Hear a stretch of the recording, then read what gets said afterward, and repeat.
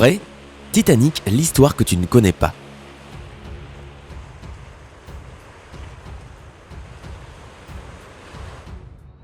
L'histoire du Titanic est une histoire qui restera à tout jamais gravée dans les mémoires. Elle a déjà inspiré des films, des documentaires et des expositions, et tu pourrais penser que désormais, tu sais absolument tout de ce qu'il y a à savoir sur le grand navire insubmersible, qui a tristement percuté un iceberg. Mais savais-tu par exemple que le Titanic avait 2 navires jumeaux ? Ou que la succession d'événements qui ont précédé son voyage inaugural et son départ ont scellé à tout jamais le destin du navire ? Si tu es prêt à apprendre de nouveaux faits étonnants sur le Titanic, ses passagers et bien sûr sa fin tragique, alors continue de regarder cette vidéo. N'oublie pas de cliquer sur le bouton s'abonner afin de toujours rester à jour sur Sympa et de rien rater de nos publications. RMS Titanic a été construit par une compagnie maritime britannique appelée White Star Line. La société était spécialisée dans la construction de navires confortables, modernes et fiables. Cependant, ils se sont retrouvés en concurrence acharnée avec une compagnie nord-américaine appelée Cunard, qui avait construit les navires les plus sophistiqués et les plus luxueux de l'époque, le Mauretania et le Lusitania. Le Mauretania avait établi un record de vitesse qu'il a tenu pendant 22 ans, et le Lusitania était réputé pour ses intérieurs luxueux. White Star Line avait du pain sur la planche s'ils voulaient battre leur rival. Alors afin d'écraser la concurrence, le directeur général de White Star Line, Joseph Bruce Ismay, a commandé la création de 3 énormes navires. Le Olympic, le Titanic et le Gigantic. Des foules d'ouvriers ont commencé à construire le Titanic dans un chantier naval de Belfast, en Irlande, en mars 1909 et ont réussi à l'achever 3 ans plus tard. RMS Titanic mesurait 269 mètres de longueur et était aussi haut qu'un immeuble de 17 étages. C'était à l'époque le plus grand objet mobile fabriqué par l'homme. Les gens ont été émerveillés par sa création et 100 000 personnes ont assisté à son inauguration. Le bateau était le summum du luxe. Son intérieur était inspiré par l'hôtel Ritz de Londres. Il avait toutes les commodités, un gymnase, une piscine, un hammam, un salon de coiffure et son propre journal. C'est tout à fait modeste par rapport aux normes actuelles des paquebots de croisière, mais garde en tête que c'était vraiment impressionnant pour le début des années 1900.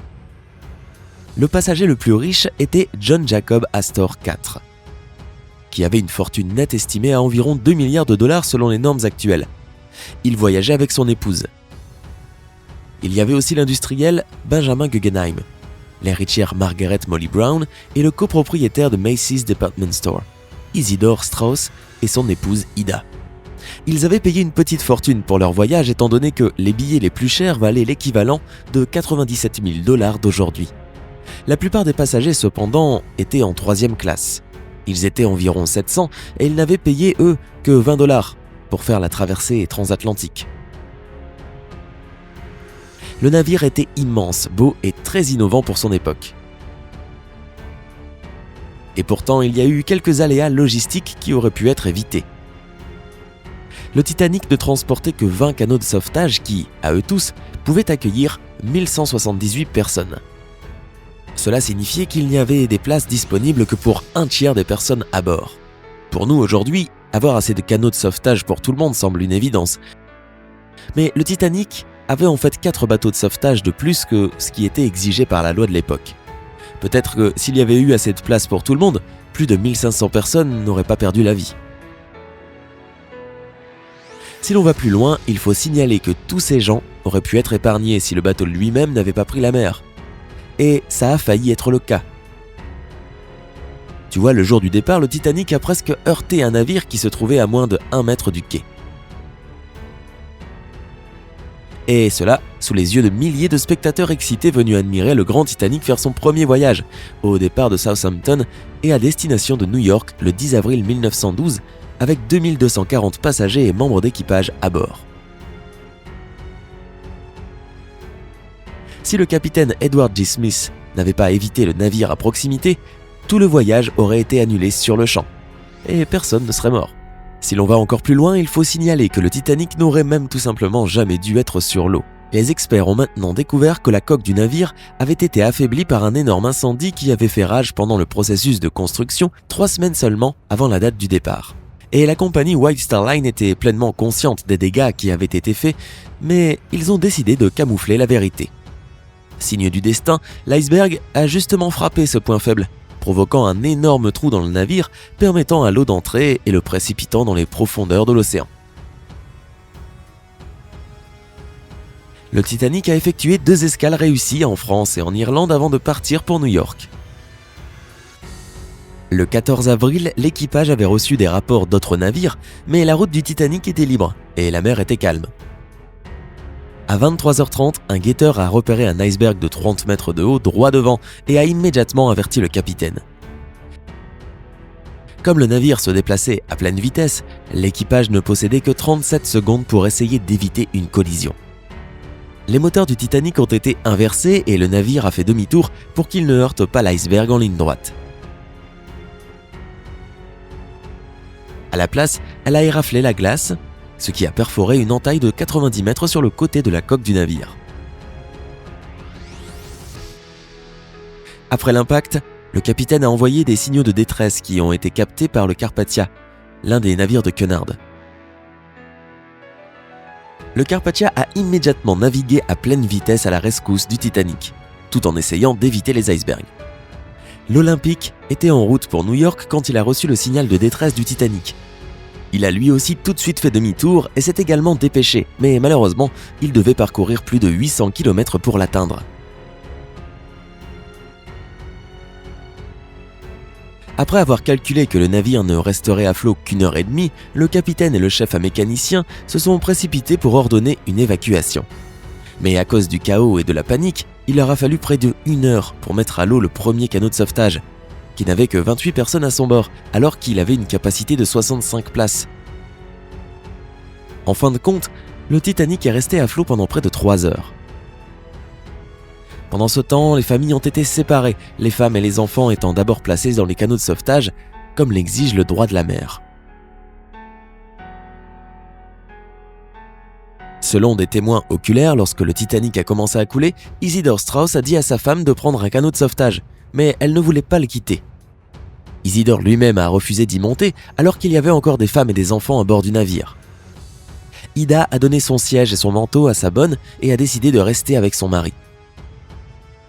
Le directeur de White Star Line, Joseph Ismay, lui à l'inverse, est monté à bord d'un canot de sauvetage alors qu'il était à peine en train d'être mis à l'eau, un acte que l'opinion lui a toujours reproché. Molly Brown est bien montée dans un canot, mais Benjamin Guggenheim est retourné dans sa chambre, s'est changé pour porter un costume élégant et s'est préparé à affronter son destin. Le Titanic a commencé à couler par l'avant, soulevant la partie arrière en dehors de l'eau. Alors qu'il continuait à couler sous cet angle, les gens étaient plongés dans l'eau gelée à moins de 2 degrés Celsius. Une fois l'étrave submergée, sa poupe ou la partie arrière ne pouvait plus supporter la pression et s'est détachée. Le navire a finalement coulé à 2h20 du matin, le 15 avril 1912. Sur les canots de sauvetage, Molly Brown a tenté de remonter le moral des autres passagers et a supplié les membres d'équipage de retourner chercher d'autres survivants. Mais ils ont refusé. En raison de son courage, la presse l'a surnommée l'insubmersible Molly Brown. Le boulanger du navire, Charles Jougin, lui, a nagé dans l'eau pendant 2 heures sans aucun dommage sur sa santé. Il a confié qu'il n'avait pas senti le froid à cause de tout le whisky qu'il avait bu. Les survivants du Titanic ont été secourus par RMS Carpathia à 4 heures du matin et emmenés à New York, où ils ont été accueillis par 40 000 personnes. Le nombre exact de personnes qui ont perdu la vie dans la catastrophe n'a jamais été déterminé avec certitude, puisque la liste originale des passagers et des membres d'équipage contenait beaucoup d'erreurs d'orthographe et ne comprenait pas les membres de l'orchestre. La plupart des experts l'évaluent à environ 1503 victimes. Certaines personnes avaient des billets pour le voyage mais n'ont pas embarqué. L'un des banquiers les plus puissants de son époque, JP Morgan, était censé être sur ce navire mais il a dû annuler à la dernière minute. Milton S. Hershey, le fondateur de la compagnie de chocolat, a également dû annuler. Pense un peu à quel point l'histoire aurait changé s'ils avaient décidé de mettre les pieds sur le navire de la mort. Eh, ils ne sont pas les seuls membres de ce que l'on a appelé le Club des chanceux. Ils sont des dizaines. L'épave du navire se trouve toujours à 3810 mètres sous la surface de l'Atlantique Nord, à 600 km au large des côtes de Terre-Neuve et Labrador. Connais-tu des faits intéressants sur le Titanic ou ses passagers? Dis-le nous dans les commentaires ci-dessous. Donne à cette vidéo un j'aime si tu as appris quelque chose de nouveau et n'oublie pas de rester connecté sur la chaîne Sympa.